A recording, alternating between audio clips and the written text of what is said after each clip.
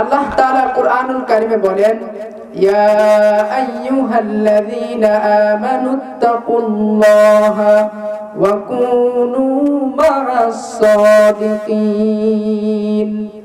আল্লাহ পাক রব্বুল আলামিন বলেন, ইয়া আইয়ুহাল্লাযীনা আমানুত্তাকুল্লাহ, ওহে যারা ঈমান এনেছো তোমরা আল্লাহকে ভয় করো আর কি করো, ওয়া কুনু মা'আস সাদিকিন, তোমরা সত্যবাদীদের সঙ্গী হয়ে যাও।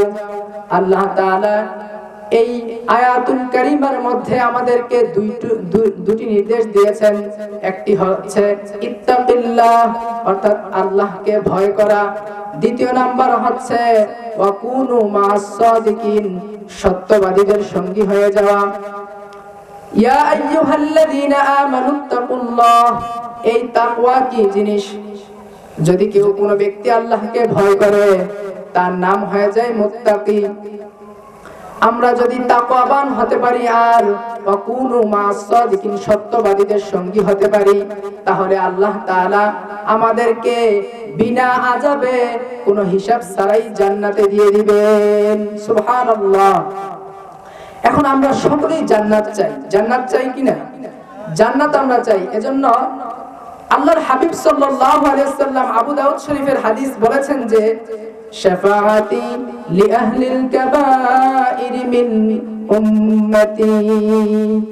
আল্লাহর হাবিব নূর নবী আমার মুহাম্মদ সাল্লাল্লাহু আলাইহি ওয়াসাল্লাম বলেছেন, আমার উম্মতের মধ্যে যত বড় কবিরা গুনাহগার হোক না কেন, ওই উম্মতকে যদি তার ঈমান থাকে, সেই উম্মতকে আল্লাহর হাবিব সাল্লাল্লাহু আলাইহি ওয়াসাল্লামের শাফাআতের মাধ্যমে জান্নাতে নিয়ে যাবেন। সুবহানাল্লাহ। আল্লাহর হাবিব সাল্লাল্লাহু আলাইহি ওয়াসাল্লাম যখন কিয়ামতের ময়দানে সকল হিসাব নিকাশ শেষ হয়ে যাবে, রাসূল সাল্লাল্লাহু আলাইহি ওয়াসাল্লাম জান্নাতে যাবেন না। আল্লাহ পাক রব্বুল আলামিন বলবেন, হাবিব, দুনিয়ার মধ্যে আপনাকে যা দিয়েছি লক্ষাধিক নবী রাসূলকেও তা দেই নাই, এমনকি আখিরাতে আপনাকে যা দিয়েছি কোন নবীকে তা দেই নাই, তাহলে কেন আপনি জান্নাতে যান না?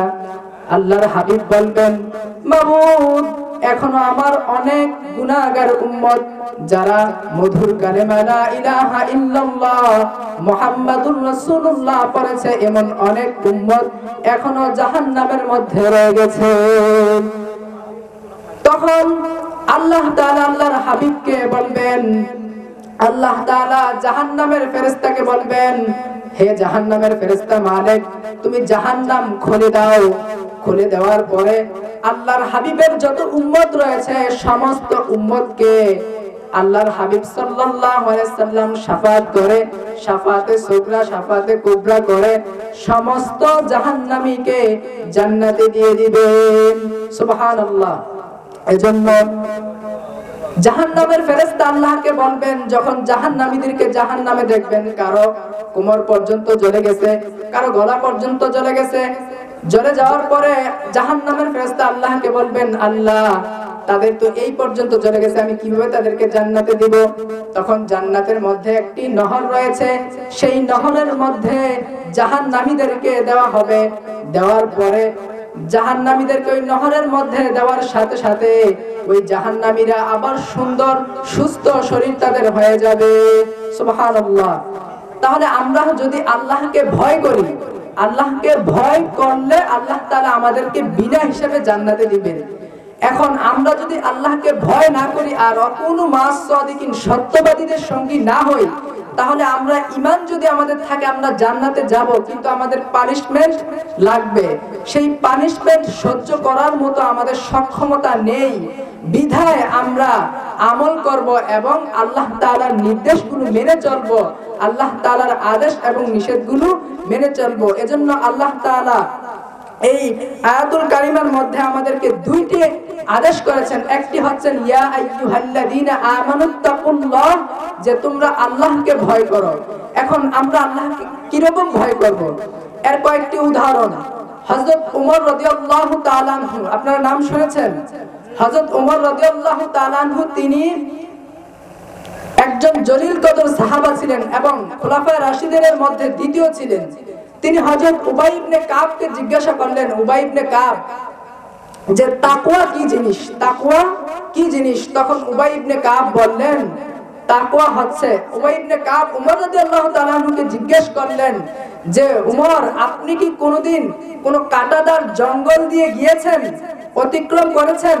তখন উমর রাদিয়াল্লাহু তাআলা আনহু বললেন, হ্যাঁ আমি অতিক্রম করেছি। তখন বললেন যে আপনি কিভাবে অতিক্রম করেছেন? তখন উমর রাদিয়াল্লাহু তাআলা আনহু বললেন, আমি আমার কাপড়কে এভাবে ছোট করে তারপরে আমি অতিক্রম করেছি। তখন উবাই ইবনে কাব বললেন যে দুনিয়াটা হচ্ছে গুনাহ দিয়ে ভরপুর, এই গুনাহগুলো হচ্ছে কাঁটাদার গাছের মতো। এজন্য বান্দা এই দুনিয়াতে এমন ভাবে চলবে যেন তার ডানে বামে সামনে পিছনে সব দিকে গুনাহ থাকবে। যেমনি ভাবে একজন মানুষ কাঁটাদার গাছ একটি বাগানের ভিতর দিয়ে তার কাপড়কে গুছ করে চলে, ঠিক তেমনি ভাবে বান্দা এই দুনিয়ার মধ্যে এমন ভাবে চলবে যেন তার গায়ের মধ্যে গুনাহ স্পর্শ না করে। সুবহানাল্লাহ, এর নাম হচ্ছে তাকওয়া। আর যে ব্যক্তি এই তাকওয়া অর্জন করবে তার নাম হচ্ছে মুত্তাকি। সুবহানাল্লাহ। আল্লাহ পাক রব্বুল আলামিন মুত্তাকিদেরকে, আল্লাহর বান্দাদেরকে কয়েকটি বিশেষণে বিশেষায়িত করেছেন। কোথাও বলেছেন যাকিরিন, কোথাও বলেছেন শাকিরিন, এক এক জায়গায় এক এক বিশেষণে বিশেষায়িত করেছেন। কিন্তু সর্বপ্রথম সর্বশ্রেষ্ঠ বিশেষণ হচ্ছে হুদাল্লিল মুত্তাকিন। যারা তাকওয়া অর্জন করে তাদেরকে বলা হয় মুত্তাকি।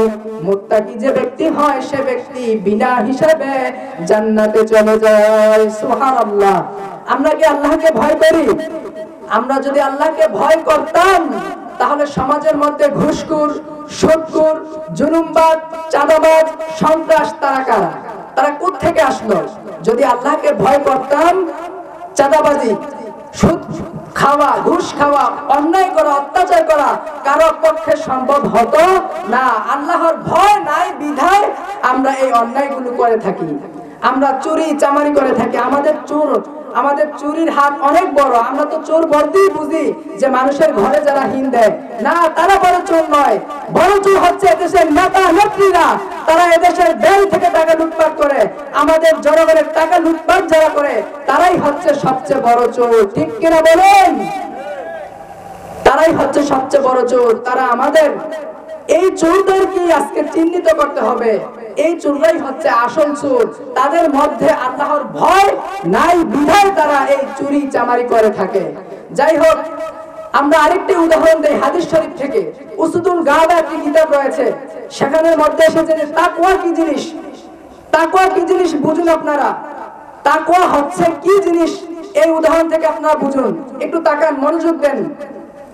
ইবনে ওমর রাদিয়াল্লাহু তাআলা আনহু, অর্থাৎ ওমর রাদিয়াল্লাহু তাআলা আনহুর ছেলে ইবনে ওমর, তিনি একদিকে যাচ্ছিলেন, তখন দেখছেন যে একজন রাখাল অনেক বকরির পাল নিয়ে মাঠে চড়াতে যাবেন।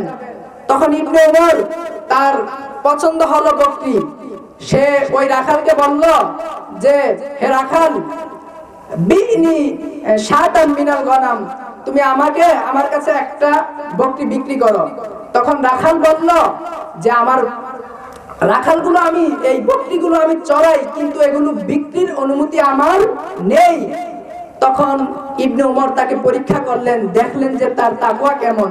তখন বললেন যে তুমি আমার কাছে একটি বকরি বিক্রি করে দাও, টাকাটা তুমি রেখে দিও।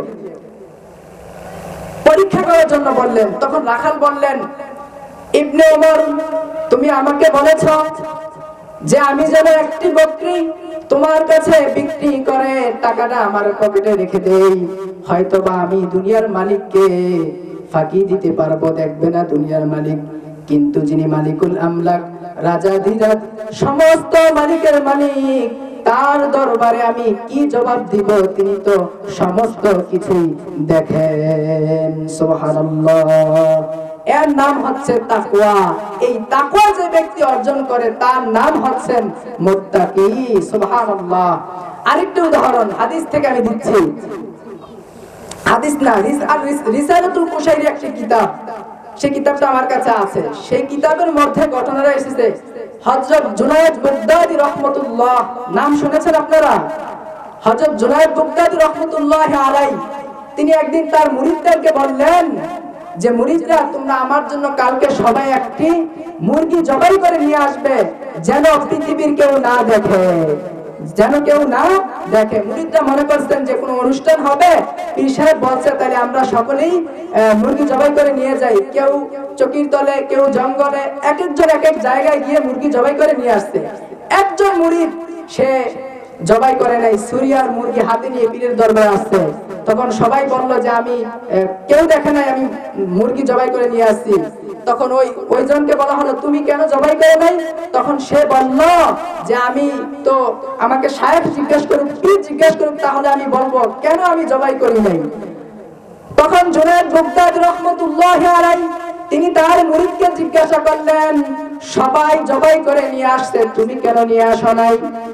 তখন সেই মুরিদ বলল যে আমি পাহাড়ে গেলাম, অনেক জায়গায় গেলাম, অনেক গোপন জায়গায় গেলাম, কিন্তু আমার শুধু একটি কোরআনের আয়াত মনে পড়ে যায়। সেই কোরআনের আয়াতটি হচ্ছে লা তুদরিকুল আবসার ওয়া হুয়া ইউদরিকুল আবসার ওয়া হুয়াল লাতীফুল খবীর। কোন চক্ষু আল্লাহকে দেখতে পায় না, কিন্তু আল্লাহ তাআলা সমস্ত কিছু দেখেন। কেমন দেখেন আল্লাহ তাআলা? একটি গাছের মধ্যে যে শিকড় রয়েছে, সেই শিকড়ের মধ্যে যে পানি দেওয়ার পরে সেই পানিটা কিভাবে পাতার মধ্যে যায়, সেটাও আল্লাহ তাআলা দেখেন। এমনকি আমাবস্যার রাতে একটি কালো পিঁপড়া কালো পাথরের মধ্যে কিভাবে হাঁটে, সেটাও আল্লাহ তাআলা দেখেন এবং তার ক্ষীণ আওয়াজটাও শুনতে পান। সুবহানাল্লাহ। এর নাম হচ্ছে তাকওয়া। আর আল্লাহ তাআলা সেই মুরিদকে জুনায়েদ বাগদাদী বললেন যে আমি পরীক্ষা করার জন্যই আসলে মূলত এই মুরগি জবাই করার কথা বলেছি। তখন জুনায়েদ বাগদাদী বললেন যে সকলেই মুরিদের মুরিদি হয়ে গেছে, কিন্তু এই মুরিদ মুরাদ থেকে হয়ে গেছেন মুরাদ। সুবহানাল্লাহ। মুরিদ থেকে মুরাদ মানে বুঝেন? মানে হচ্ছে আপনারা শরীয়ত, তরিকত, হাকিকত, মারিফত এগুলো বুঝেন তো? যাই হোক, আমি কিছুটা বলি, বাকিটা হুজুর বলবে, ভুল ত্রুটি হলেও হুজুর বলবে। শরীয়ত তরিকত হচ্ছে যে আমাদের দেশে দুই ধরনের লোক আছে। এক ধরনের লোক মারিফত নিচে শরীয়ত ছাড়ছে, তারা ভণ্ড। আর আরেক ধরনের লোক শরীয়ত নিচে মারিফত ছাড়ছে, তারাও ভণ্ড। এ ব্যাপারে বিশ্ববরেণ্য ইমাম আহমদ ইবনে হাম্বল বলেছেন, মান তাআল্লামা, অর্থাৎ যে ব্যক্তি শরীয়ত শিখলো, ওয়ালাম ইয়াতাসাওয়াফ, কিন্তু মারিফত শিখলো না, ফাকাদ তাফাসসাকা, সে ব্যক্তি ফাসিক হলো। ওয়া মান তাসাওয়াফা, আর যে ব্যক্তি তাসাউফ শিখলো, লাম ইয়াতাআল্লাম, কিন্তু শরীয়ত শিখলো না, ফাকাদ তাজান্দাকা, সে ব্যক্তি জিন্দিক হয়ে গেল। ওয়া মান জামা বাইনাহুমা ফাকাদ তাহাক্কাকা, আর যে ব্যক্তি শরীয়ত এবং মারিফতের মধ্যে সমন্বয় করলো, সে ব্যক্তি মুহাক্কিক এবং কামেল ইনসান হয়ে গেল। সুবহানাল্লাহ। অর্থাৎ শরীয়ত বাদ দিয়ে মারিফত নয়, আর মারিফত বাদ দিয়ে শরীয়ত নয়। শরীয়ত তরিকত এগুলো সব কিছুর সমন্বয়ে একজন মানুষ পরিপূর্ণ মানুষ হতে পারে। এজন্য আল্লাহর ভয় আমাদেরকে করতে হবে। আল্লাহর ভয় করলে আমরা হব মুত্তাকি। আর মুত্তাকি যদি আমরা হতে পারি, তাহলে আমরা বিনা আযাবে, বিনা হিসাবে আল্লাহ তাআলার জান্নাতে আমরা চলে যেতে পারবো। করি সুবহানাল্লাহ। যাই হোক, এবার আমরা আসি। আমরা একটি আয়াত পড়ছিলাম। কি আয়াত? সূরা তাওবার একটি আয়াত। কোন সূরা? সূরা তাওবা। ইয়া আইয়ুহাল্লাযীনা আমানুত্তাকুল্লাহ ওয়া কুনু মা'আস সাদিকিন। দুইটা নির্দেশ আমাদেরকে দিয়েছেন আল্লাহ তাআলা। একটা হচ্ছে আল্লাহকে ভয়, আরেকটা হচ্ছে ওয়া কুনু মা'আস সাদিকিন। আল্লাহকে ভয়টা কি রকম হবে সেটা আমি আপনাদেরকে কয়েকটি উদাহরণ দিয়ে বোঝানোর চেষ্টা করেছি। দ্বিতীয় কথা বলছেন যে ওয়া কুনু মা'আস সাদিকিন, সত্যবাদীদের সঙ্গী হও।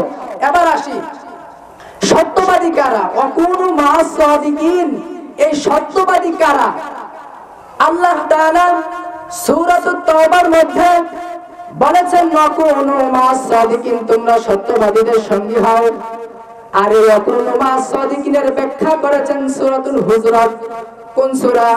সূরাতুল হুজুরাতের 15 নম্বর আয়াতে আল্লাহ তাআলা বলেছেন ইন্নামাল মুমিনুনাল্লাযীনা বিল্লাহি ওয়া রাসূলিহি সুম্মা লাম ইয়ারতাবু ওয়া জাহাদু বিআমওয়ালিহিম ওয়া আনফুসিহিম ফি সাবিলিল্লাহ উলাইকা হুমুস সাদিকুন। সুবহানাল্লাহ। সূরাতুত তাওবার মধ্যে আল্লাহ বলেছেন যে ওয়াকুনু মা'আস সাদিকিন, তোমরা সত্যবাদীদের সঙ্গী হও। আর এর ব্যাখ্যা করেছেন কোথায়? সূরাতুল হুজুরাতের 15 নম্বর আয়াতে। কি ব্যাখ্যাটা কি? যে সাদিকিন কারা? সাদিকিন কারা? সাদিকিন মানে পীর, বুজুর্গ এবং ইসলামী আন্দোলনের নেতারা। ইসলামী আন্দোলন মানে আমাদের যে রাজনৈতিক সেটা না, ইসলামী আন্দোলন মানে সমস্ত ইসলামী আন্দোলনের নেতারা, তারা হচ্ছেন সাদিকিন। এখন একজন সাদিকিনের কি গুণাবলী থাকতে হবে সেটা আল্লাহ তাআলা নিজেই ব্যাখ্যা করেছেন সূরাতুল হুজুরাতের মধ্যে। কি ব্যাখ্যাটা? যে ইন্নামাল মুমিনুন, যে কেবল মুমিন তো তারাই, আল্লাযীনা আমানু, যারা ঈমান এনেছে, বিল্লাহি, আল্লাহর প্রতি, ওয়া রাসূলিহি, তার রাসূলের প্রতি। একটা প্রথম নাম্বার কি? যারা আল্লাহ এবং তার রাসূলের প্রতি ঈমান এনেছে। দ্বিতীয় নাম্বার হচ্ছে সুম্মা লাম ইয়ারতাবু, তারা ঈমান আনার পরে আর সন্দেহ পোষণ করে নাই। দুই নাম্বার কি? সুম্মা লাম ইয়ারতাবু, তারা সন্দেহ পোষণ করে নাই। তারপরে হচ্ছে তৃতীয় নাম্বার হচ্ছে ওয়াজাহাদু বিআমওয়ালিহিম ওয়া আনফুসিহিম ফি সাবিলিল্লাহ, অর্থাৎ ব্যক্তি তার সম্পদ, জান, মাল দিয়ে আল্লাহর পথে জিহাদ করেছে। আল্লাহ তাআলা বলেন উলাইকা হুমুস সাদিকুন, তারাই হচ্ছেন সত্যবাদী। সুবহানাল্লাহ। তাহলে সত্যবাদীদের কয়টা গুণ হবে? বলুন, সত্যবাদীদের কয়টা গুণ? তিনটা গুণ। তিনটা। কয়টা? তিনটা গুণ। এক নাম্বার গুণ কি? ঈমান। ঈমান মানে আল্লাহর প্রতি ঈমান আনা, তার রাসূলের প্রতি ঈমান আনা। ঈমানের ব্যাখ্যায় আবু হানিফা বলেছেন, ইমাম আযম আবু হানিফা রাহিমাহুল্লাহ বলেছেন, ঈমান হলো আল্লাহর হাবিব, আপনার নবী, আমার নবী মুহাম্মদ সাল্লাল্লাহু আলাইহি সাল্লাম আল্লাহর পক্ষ থেকে যা কিছু আমাদের কাছে নিয়ে এসেছেন এগুলোকে বিশ্বাস করার নাম হলো ঈমান। এগুলোর নাম কি? ঈমান। তাহলে সাদিকুনের তিনটি শর্ত। প্রথম নাম্বার ঈমান। প্রথম নাম্বার কি? ঈমান। দ্বিতীয় নাম্বার হচ্ছে ইয়াকিন। দ্বিতীয় নাম্বার কি? ইয়াকিন। আর তৃতীয় নাম্বার হচ্ছে নিজের জান মাল দিয়ে আল্লাহর পথে জিহাদ করা। এবার আসি, ঈমান তো বললাম আল্লাহর প্রতি এবং তার রাসূলের প্রতি বিশ্বাস করা। তারপরে বিশ্বাস আপনি করে ফেলেছেন, তারপরে আসবেন ইয়াকিন। ইয়াকিন মানে কি? সুম্মা লাম ইয়ারতাবু, অর্থাৎ সন্দেহ পোষণ করা যাবে না। এই ইয়াকিনের হচ্ছে তিনটা স্তর। ইয়াকিনের তিনটা স্তর। কয়টা স্তর? ইয়াকিনের ইলমুল ইয়াকিন, এক নাম্বার কি? ইলমুল ইয়াকিন। দ্বিতীয় নাম্বার হচ্ছে আইনুল ইয়াকিন। তৃতীয় নাম্বার হচ্ছে হাক্কুল ইয়াকিন। তৃতীয় নাম্বার কি? হাক্কুল ইয়াকিন। একটা উদাহরণ দেই, এই ইয়াকিন কিভাবে বুঝবেন? ওই দূরে আগুন দেখা, ধোঁয়া দেখা যাচ্ছে, দূর প্রান্তে ধোঁয়া দেখা যাচ্ছে। আপনাকে আপনার সন্তান জিজ্ঞাসা করলো, বাবা ওইখানে যে ধোঁয়া দেখা যাচ্ছে সেটা কিসের উপর দালালত করে, কি বোঝায়? বাবা বলল ওখানে ধোঁয়া দেখা যাচ্ছে মানে ওখানে আগুন রয়েছে। ওখানে ধোঁয়া আছে মানে কি? আগুন আছে। বুঝতে পারছেন আপনারা? একটা জায়গায় ধোঁয়া আছে, আগুন ছাড়া কি ধোঁয়া আসতে পারে? আগুন ছাড়া ধোঁয়া আসতে পারে না। তার মানে এই যে আপনি ধোঁয়া দেখে বুঝলেন যে ওখানে আগুন রয়েছে, এটা হচ্ছে ইলমুল ইয়াকিন। আর যখন আপনি এখান থেকে ওই ধোঁয়ার কাছে গেলেন, গিয়ে যখন আপনি আপনার চোখ দিয়ে ধোঁয়াটা দেখলেন, এটার নাম হচ্ছে আইনুল ইয়াকিন। আর যখন বাচ্চা বা আপনি ওই আগুনের মধ্যে হাত দিলেন, হাত দেওয়ার পরে আপনার যে অনুভূতি হলো, এই অনুভূতির নাম হলো হাক্কুল ইয়াকিন। সুবহানাল্লাহ। যখন বান্দা হাক্কুল ইয়াকিনে পৌঁছে যায় তখন তার ঈমানটা হয়ে যায় পরিপূর্ণ ঈমান, সে হয়ে যায় মুত্তাকি। তখন আল্লাহ তাআলা তার সামনে পিছে কি হবে সমস্ত কিছু আল্লাহ তাআলা ওই বান্দাকে জানায় দেয়। সুবহানাল্লাহ। এজন্য আল্লাহর ওলিরা অনেক কিছু আগে থেকেই বলে দেয়। কিভাবে? প্রথম তারা ঈমান আনে, ঈমান আনার পরে সুম্মা লাম ইয়ারতাবু, তারা সন্দেহ পোষণ করে না, তাদের ইয়াকিনটা হয়ে যায় হাক্কুল ইয়াকিন। হাক্কুল ইয়াকিন হওয়ার পরে আল্লাহ তাআলা তাদেরকে সব জানায় দেয়। সেই জানিয়ে দেওয়ার মাধ্যমে তারা সমস্ত কিছু মানুষদেরকে বলে দিতে পারে। বলি সুবহানাল্লাহ। তৃতীয় নাম্বার, তাহলে প্রথম গেল ঈমান, দ্বিতীয় নাম্বার গেল ইয়াকিন, তৃতীয় নাম্বার হচ্ছে কি ওয়াজাহাদু বিআমওয়ালিহিম ওয়া আনফুসিহিম ফি সাবিলিল্লাহ, নিজের সম্পদ দিয়ে নিজের জান দিয়ে আল্লাহর রাস্তায় জিহাদ করা। এখন আসুন, জিহাদ মানেই শুধু তরবারি দিয়ে মারামারি, এটাই শুধু জিহাদ না, এটা একটা জিহাদ। জিহাদ মানে কি? যেমন আজকের এই মুবারক মুতাবাররক মাহফিল হচ্ছে, এই যে মাহফিলের আয়োজন করলো, আপনি এই মাহফিলের মধ্যে আপনার অর্থ দিয়ে সাহায্য করলেন। এই সাহায্য করাটা বিআমওয়ালিহিম, অর্থাৎ সম্পদের মাধ্যমে জিহাদ। এটা আপনার জিহাদ হলো। আপনার গুনাহ করতে মন চাচ্ছে, আপনার মন বলছে আপনি একটু গুনাহ করুন, কিন্তু আপনি বললেন, আপনি আল্লাহকে ভয় করলেন, যে আল্লাহ তাআলা বলেছেন তোমরা আল্লাহকে ভয় করো। আল্লাহ তাআলার ভয়ের কারণে আপনি গুনাহ করলেন না। এই গুনাহ না করার কারণে যে আপনি গুনাহ থেকে বেঁচে রইলেন, এটা আপনার নফসের জিহাদ হয়ে গেল। এটা আপনার কিসের জিহাদ হইলো? নফসের জিহাদ। তাইলে ওয়াজাহাদু বিআমওয়ালিহিম ওয়া আনফুসিহিম, আপনি সম্পদ দিয়ে জিহাদ করলেন, নফসের মাধ্যমে জিহাদ করলেন। তারপরে এই জিহাদগুলো হবে আল্লাহর সন্তুষ্টির জন্য। কার সন্তুষ্টির জন্য? সমস্ত কিছু হতে হবে আল্লাহর জন্য, অন্য কারোর জন্য হলে হবে না। তারপরে যদি আপনার ইসলাম ও মুসলমানের বিরুদ্ধে কোনো ইহুদি বা শত্রু খ্রিস্টান মুশরিকরা যদি মুসলমান ভূখণ্ডে আঘাত করে, তখন সমস্ত মুসলমানদের উপরে ফরজ হচ্ছে তাদের বিরুদ্ধে লড়াই করা তলোয়ার দিয়ে। সেটাও একটা জিহাদ। সেই জিহাদের মাধ্যমে, সেই জিহাদের তামান্না আপনার মনে থাকতে হবে, যদি প্রয়োজন হয় সেই জিহাদও করতে হবে। এর নামই হচ্ছে ওয়াজাহাদু বিআমওয়ালিহিম ওয়া আনফুসিহিম ফি সাবিলিল্লাহ, আল্লাহর রাস্তায় জান দিয়ে মাল দিয়ে জিহাদ করা। যদি আপনি জিহাদ করতে পারেন, অর্থাৎ আমরা কিসে আছি? সাদিকিন কারা? সাদিকিনের মধ্যে তিনটা শর্ত লাগে। এক নাম্বার শর্ত হচ্ছে ঈমান, দুই নাম্বার শর্ত হচ্ছে ইয়াকিন, তিন নাম্বার শর্ত হচ্ছে ওয়াজাহাদু বিআমওয়ালিহিম ওয়া আনফুসিহিম ফি সাবিলিল্লাহ, সম্পদ দিয়ে নিজের জীবন দিয়ে আল্লাহর রাস্তায় জিহাদ করা। এই তিনটা গুণ যেই বান্দার মধ্যে পাওয়া যাবে সে হচ্ছে সাদিকিন। আর আল্লাহ তাআলা সূরা তাওবার সেই আয়াতের মধ্যে বলেছেন ওয়া কুনু মাস সাদিকিন, এই তিনটা গুণ যে ব্যক্তির মধ্যে পাওয়া যাবে সেই হচ্ছে সাদিকিন। ওই বান্দাকে অনুসরণ করতে আমাদেরকে বলা হয়েছে। সুবহানাল্লাহ। বুঝতে পারছেন? এই যে পীর মুরিদি কিভাবে আসলো? পীর মুরিদি কোথায় আছে? কোরআনে আছে। কোরআনে কোথায়? পীর মুরিদি কোরআনের মধ্যে রয়েছে। আল্লাহ তাআলা বলেছেন ওয়া কুনু মাস সাদিকিন। তবে মনে রাখবেন একটি কথা, যেই জিনিস যত এক নাম্বার, সেই জিনিসের নকল তত বেশি। সেটা কি আপনারা জানেন? যে জিনিস যত অরিজিনাল তার নকল তত বেশি। এজন্য পীর একটা ভালো জিনিস। এই পীর শব্দটাও একটা শাব্দিক ব্যাপার। আমাদের উপমহাদেশে বলা হয় পীর, আরব দেশে বলা হয় শায়েখ, আর কোরআনেও বলে মুর্শিদ। শব্দগুলো হচ্ছে ভিন্ন কিন্তু সবগুলোর অর্থ এক। এর মানে হচ্ছে, এজন্য এই নকল বেশি। বাংলাদেশে পীরের অভাব নাই, কিন্তু হক্কানি পীরের খুব অভাব। পীররা হবে এরকম যারা তিনটা বৈশিষ্ট্যের অধিকারী হতেই হবে, না হলে সে পীর হতে পারবে না। এক নাম্বার ঈমান, দুই নাম্বারে ইয়াকিন, তিন নাম্বারে আমওয়াল, ওয়াজাহাদু বিআমওয়ালিহিম ওয়া আনফুসিহিম ফি সাবিলিল্লাহ। এই তিন বৈশিষ্ট্য, এই তিন গুণের অধিকারী যারা হবে তারাই হচ্ছেন পীর, তারাই হচ্ছেন হক্কানি পীর। আর তাদের অনুসরণ করার কথাই আল্লাহ তাআলা সূরা তাওবার 119 নম্বর আয়াতে আমাদেরকে বলেছেন। আপনারা কি বুঝতে পারছেন? আমরা কোরআনের মধ্যে যাই, যে আমরা যে আল্লাহ ওয়ালার সোহবতে যাই, এই দলিল কোরআনে আছে কিনা? হযরত মূসা আলাইহিস সালামের নাম শুনছেন? শুনেন নাই আপনারা? হযরত মূসা আলাইহিস সালাম তিনি একদিন ওয়াজ করতেছিলেন, ওয়াজ নসিহা অর্থাৎ উপদেশ প্রদান করতেছেন।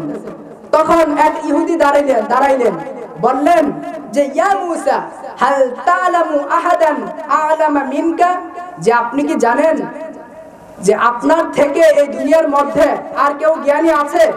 তখন মুসা বললেন, না, নেই। আল্লাহ তাআলা মুসা আলাইহিস সালামের এই কথায় নারাজ হয়ে গেলেন, ওহী নাযিল করে দিলেন, মুসা তুমি ঠিক বলনি, তোমার থেকেও একজন জ্ঞানী রয়েছে। সেই জ্ঞানীর নাম কি? সেই জ্ঞানীর নাম হচ্ছে খদির, অর্থাৎ খিজির। খিজির আপনারা যেটাকে বলেন খিজির আলাইহিস সালাম, এটা হচ্ছে খদির আলাইহিস সালাম, সে তোমার থেকেও জ্ঞানী।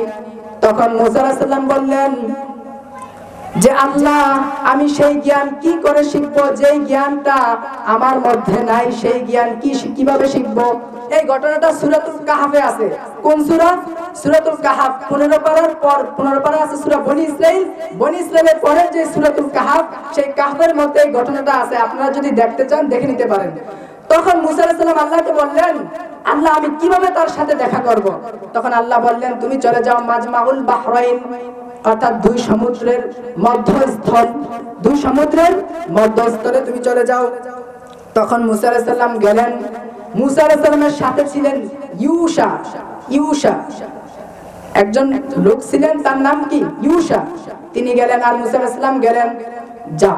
যাওয়ার পরে মাজমাউল বাহরাইন অর্থাৎ দুই সমুদ্রের মধ্যস্থলে যখন গেলেন, তখন খিজির আলাইহিস সালাম মুসা আলাইহিস সালামকে বললেন, মুসা আলাইহিস সালাম খিজির আলাইহিস সালামকে বললেন যে আপনার কাছে কি এমন জ্ঞান রয়েছে যে জ্ঞানটা আমার কাছে নাই? আপনার কাছে যে জ্ঞানটা রয়েছে আমি মুসা সেই জ্ঞানটা শিখতে চাই। তখন খিজির আলাইহিস সালাম নাকচ করে দিলেন তার কথাটা, বললেন যে ক্বালা লাহু মুসা, অর্থাৎ মুসা আলাইহিস সালাম খিজিরকে বললেন, ক্বালা লাহু মুসা হাল আত্তাবিউকা আলা আন তুআল্লিমানি মিম্মা উল্লিমতা রুশদা। এই কথা মুসা আলাইহিস সালাম বলার পরে খিজির আলাইহিস সালাম বললেন যে ক্বালা ইন্নাকা লান তাসতাতিআ মাইয়া সাবরা। খিজির আলাইহিস সালাম যখন মুসা আলাইহিস সালামকে বললেন যে হে মুসা, লান তাসতাতিআ মাইয়া সাবরা, হে মুসা তুমি ধৈর্য ধারণ করতে পারবে না। তখন মুসা আলাইহিস সালাম বললেন যে আপনি আমাকে নিন, আমি চেষ্টা করব। তখন পথ রওনা দিলেন। পথ রওনা দেওয়ার পরে এক সমুদ্র তারা পার হবেন। এগুলো আমি কোনো কিচ্ছা বলতেছি না, কোরআনের ঘটনা, এই ব্যাখ্যা আছে সহিহ বুখারীতে, বুঝছেন? যাই হোক, তখন একটি সমুদ্র পার হবেন। সমুদ্র পার হবেন, মানুষজন নৌকার মাঝিগণ মুসা আর খিজির আলাইহিস সালামকে দেখে, এত বুজুর্গ মানুষ তারা, তাদেরকে দেখে তখন তারা বিনা পয়সায় তাদেরকে নদী পার করে দিলেন। পার করে দেওয়ার পরে উপারে গিয়ে খিজির আলাইহিস সালাম যেই নৌকা দিয়ে গিয়েছেন সেই নৌকা ফুটা করে দিলেন। মুসা আলাইহিস সালাম রাগী মানুষ ছিলেন। কেমন রাগী ছিলেন? এক কিপ্তি ছিল, কিপ্তিকে এক থাপ্পড়ে মাইরেই ফেলাইছে, এরকম রাগী ছিলেন, আর এত শক্তিশালী ছিলেন। তখন মুসা আলাইহিস সালাম রাগ হয়ে গেলেন, বললেন তুমি কি করলা? সে আমাদেরকে বিনা টাকায় আমাদেরকে নদী পার করে দিলেন আর তুমি তার নৌকাটা ফুটা করে দিলে, এটা ঠিক করলে? তখন খিজির আলাইহিস সালাম বললেন, মুসা আমি তো আগেই বলেছি লান তাসতাতিআ মাইয়া সাবরা, হে মুসা তুমি ধৈর্য ধারণ করতে পারবে না। তখন মুসা আলাইহিস সালাম বললেন যে ওয়ালা তুআখিযনি বিমা নাসিতু ওয়ালা তুরহিকনি মিন আমরি উসরা, যে যেটা হয়ে গেছে সেটা তো হয়েই গেছে, সে বিষয় নিয়ে আর কথা না বলি। তখন হযরত মুসা আলাইহিস সালাম হুজুর আসতেছে, তুমি স্লোগান দিয়ে সুন্দর করে বললে কেউ, মানে আমি তো বুঝবো কিভাবে আসতে, যে বুঝবো কিভাবে? এখন দিব না, একটু পরে, এখন না, একটু পরে। জি ঠিক আছে, স্লোগান বোঝাতে হবে যে হুজুর আসছে, স্লোগান দিয়ে।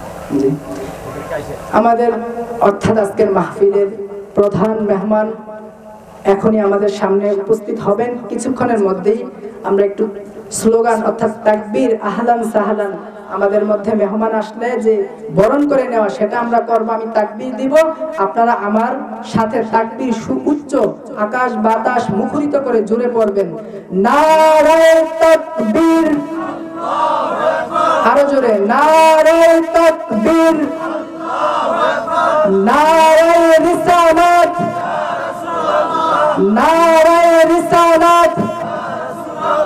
প্রধান মেহমানের আগমন,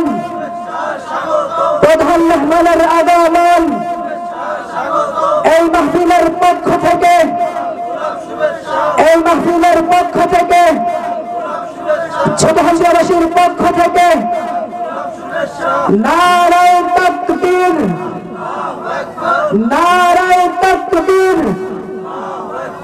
নারায়ে রিসালাত, পেশা হুজুরের আগমন, আহলান সাহলান, মারহাবা মারহাবা, আহলান সাহলান, নারায়ে তাকবীর, নারায়ে রিসালাত, নারায়ে রিসালাত। এই মাহফিলের পক্ষ থেকে ছোট হাজিরাবাসীর পক্ষ থেকে নারায়ে তাকবীর, নারায়ে রিসালাত। আলহামদুলিল্লাহ পড়ি, সকলে পড়ি আলহামদুলিল্লাহ। এই যে আমরা নারায়ে তাকবীর পড়ি, তারপরে আবার বলি নারায়ে রিসালাত। বাংলাদেশের অধিকাংশ জায়গায় নারায়ে রিসালাত বলে না। শুনুন, আপনারা এতে মানে মন ক্ষুণ্ণ হবেন না। আল্লাহ তাআলা বলেছেন, ইযা যুকিরতু যুকিরতা মাই, যখন আমি আল্লাহর আলোচনা যেখানেই হয় সেখানেই হাবিবের আলোচনা হয়। আমরা আল্লাহর নীতিটাকে নিয়েছি। আল্লাহ তাআলা যেখানেই আল্লাহর কথা বলেছেন সেখানেই আল্লাহর হাবিবের কথা বলেছেন। আযান আমরা যখন দেই তখন আল্লাহু আকবারের পরে আশহাদু আন্না মুহাম্মাদুর রাসূলুল্লাহ আছে। যখন আমরা নামাজে যাই আল্লাহর হাবিবকে সালাম দেই। জান্নাতে আল্লাহর হাবিবের নাম আছে। সমস্ত জায়গায় আল্লাহর হাবিবকে রেখেছেন। এজন্য আমরা নারায়ে তাকবীরের সাথে নারায়ে রিসালাত স্লোগানটাও দিয়ে থাকি। অধিকাংশ জায়গায় দেওয়া হয় না। এজন্য আমরা সব সময় স্লোগান দেব, নারায়ে তাকবীর আল্লাহু আকবার, নারায়ে রিসালাত ইয়া রাসূলুল্লাহ। ঠিক আছে? যাই হোক, আমরা আলোচনায় যেখানে ছিলাম যে মুসা আলাইহিস সালাম বললেন যে যা হওয়ার তো হয়ে গেছে, সামনে চলো, আর হবে না। তখন সামনে চললেন আবার খিজির আলাইহিস সালাম এবং মুসা আলাইহিস সালাম। সূরা কাহফে এই আলোচনাটুকু আছে। আমি সমস্ত আয়াত পড়তে পারতেছি না, কারণ সময় আর নেই। যাই হোক, যখন আবার চললেন, মাঠের মধ্যে কয়েকটি সুন্দর বাচ্চা মানে তারা খেলাধুলা করতেছিলেন। তখন খিজির আলাইহিস সালাম একটি বাচ্চাকে এনে তাকে কতল করে ফেললেন। মুসা আলাইহিস সালাম আবার রাগ হয়ে গেলেন। তখন আবার খিজির আলাইহিস সালাম বললেন যে আমি বলেছিলাম তাস্তাতিআ মাইয়া সাবরা, হে মুসা তুমি ধৈর্য ধারণ করতে পারবে না। মুসা আমি তোমাকে বলেছি তুমি ধৈর্য ধারণ করতে পারবে না। তখন মুসা আলাইহিস সালাম বললেন যে আচ্ছা ঠিক আছে, যা হওয়ার তো হয়ে গেছে, এইবার যাই। আর যদি আমি সামনে এরকম করে থাকি তাহলে লা তুসাহিবিনি, তুমি আমাকে সোহবত দিও না। সুবহানাল্লাহ। সোহবত মানে সঙ্গ। সোহবত মানে কি? সঙ্গ। এজন্য যদি আপনি ডাক্তার হতে চান ডাক্তারের কাছে যেতে হবে, ইঞ্জিনিয়ার হতে চাইলে ইঞ্জিনিয়ারের কাছে যেতে হবে। আপনি যদি ফার্মাসিস্ট হতে চান তাহলে ফার্মাসিস্টের যে কোর্স রয়েছে সেই কোর্সটা আপনার করতে হবে। ঠিক তেমনি ভাবে আপনি যদি আল্লাহওয়ালা হতে চান তাহলে আপনাকে আল্লাহওয়ালার সোহবতে যেতে হবে। সেই সোহবতের কথা কোরআনে আছে না নাই? সূরা কাহফের মধ্যে আল্লাহ বলেছেন, মুসা আলাইহিস সালাম বলেছেন যে আমি যদি সামনে এরকম করি তাহলে লা তুসাহিবিনি, আমাকে সোহবত দিও না। আপনারা বলুন কোরআনে সোহবত আছে না নাই? আছে। এজন্য আল্লাহওয়ালা আপনারা বুঝেন না। দেখেন, একজন এমবিবিএস ডাক্তার, এখন তো এফআরসিএস এফসিপিএস আরো অনেক কিছু হয়েছে। যাই হোক, একজন ডাক্তার হইতে হইলে সে যদি ডাক্তারি যত বই আছে এগুলো বাড়িতে পড়াশোনা কইরা সে কি ডাক্তারি করতে পারবে? আপনারা কি মনে করেন? পারবে না। তাকে স্কুলে যেতে হবে, ডাক্তারের কাছে যেতে হবে। ডাক্তারের মাধ্যমে প্র্যাকটিক্যালি শিখে তারপরে তাকে প্রেসক্রিপশন দিতে হবে, রোগীর চিকিৎসা করতে হবে, না হয় রোগী মরবে। ঠিক কি না? ঠিক তেমনি ভাবে যদি আপনি কোন আল্লাহওয়ালা বুজুর্গের সোহবতে না যান তাহলে আপনিও আল্লাহওয়ালা হতে পারবেন না। সঙ্গ দোষে স্বর্গবাস, একটি কথা আছে না? দেখবেন একটা ছেলের সঙ্গ যেরকম সে ছেলেটা সেরকমই হয়ে যায়। তার মানে কি? সোহবত এমন একটা জিনিস, আপনি যার সাথে থাকবেন তার সমস্ত রংটা আপনার মধ্যে এসে যাবে। এজন্য আল্লাহওয়ালার কাছে গেলে আপনি আল্লাহওয়ালা হবেন। আর আপনি যদি বদমাইশের কাছে যান বদমাইশি হবেন। আপনি যদি ডাক্তারের কাছে গিয়ে ডাক্তারি পড়াশোনা করেন ডাক্তার হবেন। এজন্য আল্লাহওয়ালার কাছে গেলে আল্লাহওয়ালাই হবেন। এই কথাই কোরআনে আমাদেরকে শিক্ষা দিয়েছেন। কিন্তু আমার ভাইরা আজকে মানতে চান না, বলে যে পীর মুরিদি বলতে কিছু নাই। এজন্য তখন মুসা আলাইহিস সালাম বললেন যে এবার যান। তখন তারা এক বাড়িতে গেলেন, খিদা লাগছে, যে বললেন যে আমাদেরকে কিছু খাবার দেন, আমরা খুব ক্ষুধার্ত। ওই বাড়ির লোকগুলো খুব কৃপণ ছিল, তারা তাদেরকে খাবার দেয় নাই, দুর্ব্যবহার করে তাড়িয়ে দিলেন। আপনারা আলোচনা বুঝতেছেন তো? দুর্ব্যবহার করে তাড়িয়ে দিলেন মুসা আলাইহিস সালামকে এবং খিজির আলাইহিস সালামকে। খিজির আলাইহিস সালাম বাহির হয়ে একটি ওয়াল ভাঙা ছিল, একটি ওয়াল ভাঙা ছিল। তখন সে ওয়ালটিকে খিজির আলাইহিস সালাম নির্মাণ করে দিলেন। তখন মুসা আলাইহিস সালাম বললেন, আবার রাগ হয়ে গেলেন। তখন খিজির সালাম বললেন, হাযা ফিরাকু বাইনি ওয়া বাইনিক, তোমার আর আমার মাঝে আর কোনো কথা হবে না, তোমার মাঝে আমার মাঝে এখানেই শেষ। তখন মুসা আলাইহিস সালাম বললেন যে তুমি যা করেছো এগুলোর সমাধান আমাকে দিতে হবে, কেন করেছো? আদানের কমি বাকি আছে আসলে কত দিকে 15 6-7টা না ঘোষণা করে দেন 6-7টা আজান হবে, 8টা 15 আজান হবে, 7টা 15 আজান হবে, তারপরে নামাজ হবে প্যান্ডেলি, আপনারা সকলেই থাকবেন। যাই হোক, আমার আলোচনাটা আমি শেষ করি। মুসা আলাইহিস সালাম বললেন যে এই যে 3টা কাজ করলেন, এই 3 কাজের ব্যাখ্যা দেন। তখন মুসা আলাইহিস সালামের কাছে ছিল শরীয়ত, খিজির আলাইহিস সালামের কাছে ছিল মারিফত। খিজির আলাইহিস সালামকে আল্লাহ তাআলা ওই যে বলেছিলাম হাক্কুল ইয়াকিন যদি হয়ে যায়, তখন বান্দাকে আল্লাহ তাআলা তার সামনে কি হবে ওইগুলো জানায় দেয়। সেই জানানোর মাধ্যমে খিজির আলাইহিস সালাম জানতে পারছিলেন যে এই যে নৌকা পার হয়েছে, এই নৌকা পিছনেই জালেম বাদশা আসতেছে, এই নৌকা নিয়ে যাবে। এজন্য তিনি ফুটা করে দিয়েছেন। ফুটা করে দেওয়ার কারণে নৌকা ডুবে গিয়েছে, জালেম বাদশারা চলে গেছে, নৌকা তো আর নিতে পারে নাই। তখন মুসা আলাইহিস সালাম বললেন, এটা তো ভালো কাজ হয়েছে। তখন বললেন, বাচ্চা কেন মারলা?